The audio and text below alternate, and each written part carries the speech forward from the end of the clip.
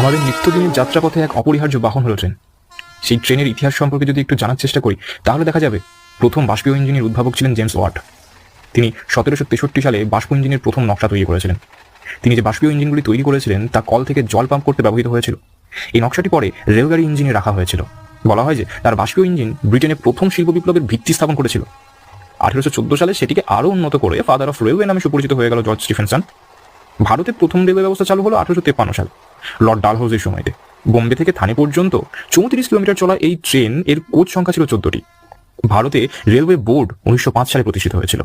আর জন মাথাই 20 নভেম্বর 1947 তারিখে স্বাধীন ভারতের জন্য প্রথমবার রেলওয়ে বাজেট পেশ করলেন।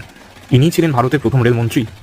1925 সালের 3রা ফেব্রুয়ারি ভারতে প্রথম বৈদ্যুতিক ট্রেনটি বোম্বে ভিক্টোরিয়া টার্মিনাল এবং কুর্লা হারবারের মধ্যে চলাচল করলো। ভারতের প্রথম মেট্রো রেল হলো কলকাতা মেট্রো রেল। এটি 1984 সালে চালু হয়েছিল। এবার তোমরা বলো তো, ভারতে মোট কটি রেলওয়ে জোন আছে?